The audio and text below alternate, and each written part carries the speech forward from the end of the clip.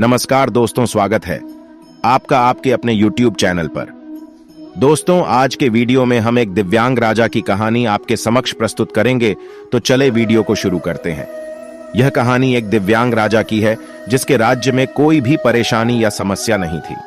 सभी लोग उस राजा से बहुत खुश थे और ऊपर वाले से धन्यवाद करते थे कि इतने अच्छे राजा को उनके जिंदगी में भेजे हैं।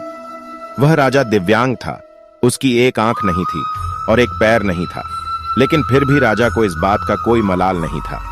एक दिन राजा अपने महल के गलियारे में घूमते हुए अपने पूर्वजों की लगी तस्वीर को देख रहा था और सोच रहा था कि मेरे पिताजी इतने शूरवीर थे, उनके पिताजी इतने शूरवीर थे, हमें इतने शूरवीर खानदान में जन्म लेने का मौका मिला, यह ऊपर वाले का धन्यवाद है। राजा ने सभी चित्र को देखते हुए आखिरी चित्र तक पहुंचा और फिर उस खाली जगह को देखा तो वह चिंता में डूब गया, क्योंकि उसे मालूम था कि अब यहां जो तस्वीर लगेगी वह उसी की लगेगी। लेकिन राजा को इस बात की चिंता नहीं थी कि वह मर जाएगा, चिंता इस बात की थी कि वहां जो पेंटिंग लगेगी वो कैसी लगेगी।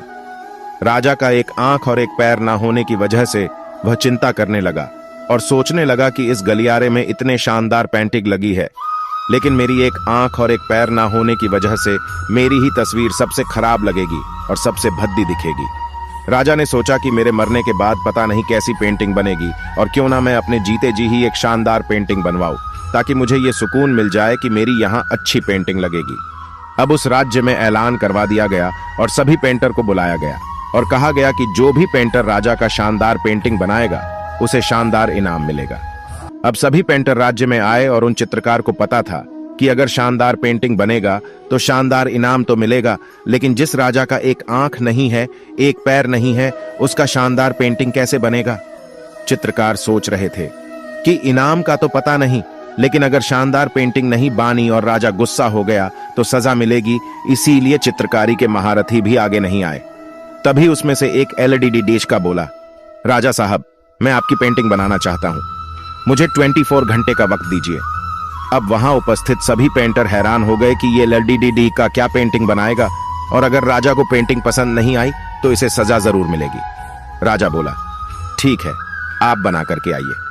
अगले दिन वह लडीडीडह का तस्वीर बनाकर लाने वाला था और दरबार पूरी तरह से भर चुका था। लोग दूर दूर से ये देखने के लिए आए थे कि वह लडीडीडह का कैसा पेंटिंग बनाकर लाएगा। उस तस्वीर में उस बालक ने उस राजा को एक अश्व पर सवार किया था। एक साइड से उस राजा का एक पैर दिख रहा था और राजा तीरंदाजी करते हुए निशाना लगा रहा था, और निशाना लगाते वक्त एक आंख बंद हो जाती है, और उस बच्चे ने उस राजा की वही आंख बंद की थी जो राजा के पास नहीं थी। इस तरह से उस बच्चे ने राजा को निशाना लगते हुए घोड़े के ऊपर सवार दिखाया, जिससे एक आंख बंद और एक ही पैर दिखाया, और इतना शानदार पेंटिंग बनाया था कि वह अब तक की सबसे सर्वश्रेष्ठ पेंटिंग थी। उस बालक के सामने भी चुनौती थी, संकट था, लेकिन उसने सकारात्मकता का त्याग नहीं भी किया। जिंदगी में आप जिस भी मुकाम पर हो, जिस भी संकट में फंस जाए, जिस भी स्थिति में हो, अगर आपने सकारात्मक का साथ कभी नहीं त्यागा तो यकीन मानिए आप उस संकट से बाहर निकल आएंगे।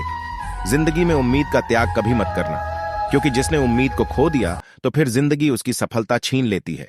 हर पल सकारात्मक रहिए, खुश रहिए, ऊपर वाले के आशीर्वाद के साथ और अपनों के प्यार के साथ, अपनी अच्छी और सच्ची मेहनत के साथ कर दिखाओ कुछ ऐसा कि दुनिया करनी चाहे आपके जैसा। प्रिय दोस्तों, आशा है आज का हमारा वीडियो आपको बहुत पसंद आया होगा। यदि वीडियो अच्छा लगा है तो इसे अपने दोस्तों के साथ शेयर करें, और ऐसे ही नए नए वीडियोस हमेशा देखने के लिए हमारे चैनल को सब्सक्राइब करें। धन्यवाद। जय हिंद।